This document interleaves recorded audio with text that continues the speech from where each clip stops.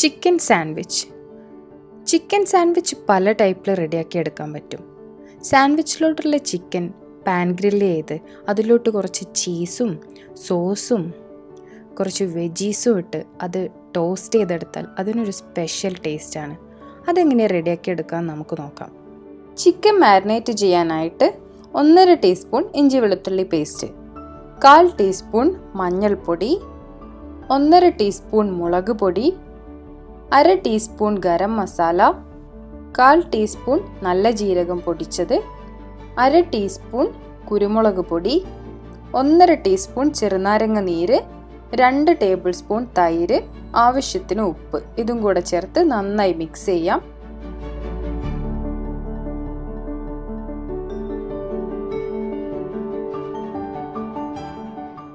ഇതിലോട്ട് 100 gram chicken add ചെയ്യാം. എന്നിട്ടിത് മാരിനേറ്റ് ചെയ്ത് അരമണിക്കൂർ മാറ്റി വെക്കാം.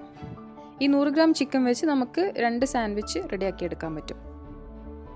അരമണിക്കൂർ കഴിഞ്ഞതിന് ശേഷം ചൂടായ പാനിലോട്ട് ഓയിൽ ഒഴിച്ച് ഫ്രൈ ചെയ്തെടുക്കാം.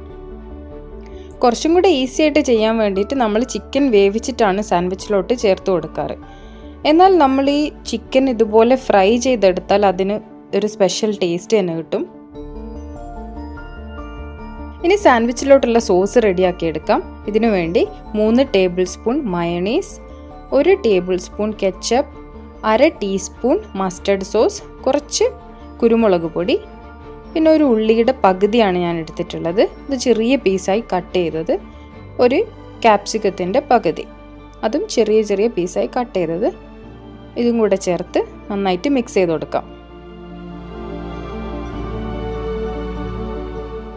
ഇത് ഞാൻ നേരത്തെ സൈഡ് കട്ട് ചെയ്ത് മാറ്റി വെച്ചിരിക്കുന്ന ബ്രെഡാണ്. നമ്മൾ നേരത്തെ റെഡിയാക്കി വെച്ച സോസും വെജീസും കൂടെയുള്ള മിക്സ് സ്പ്രെഡ് ചെയ്ത് കൊടുക്കാം.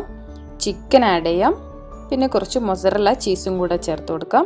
ഇനിയിപ്പോൾ മൊസറല്ല ചീസ് കയ്യിലില്ലെങ്കിൽ നിങ്ങളുടെ കയ്യിൽ ഏത് ചീസാണോ ഉള്ളത് അത് ആഡ് ചെയ്താലും മതി. ഇനി ഒരു പീസ് ബ്രെഡ് കൂടെ വെച്ച് ഇത് ക്ലോസ് ചെയ്ത് ടോസ്റ്റ് ചെയ്തെടുക്കാം.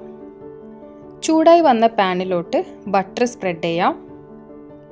ഇതുപോലുള്ള പാന് കയ്യിലില്ലെങ്കിൽ നിങ്ങളുടെ കയ്യിലുള്ള നോർമൽ പാന് യൂസ് ചെയ്താലും മതി. ഫ്ലെയിം ഒന്ന് കുറച്ച് വെച്ചിട്ട് സാൻഡ്വിച്ച് പാനിലോട്ട് വെച്ച് 2 സൈഡും നന്നായി ടോസ്റ്റ് ചെയ്തെടുക്കാം.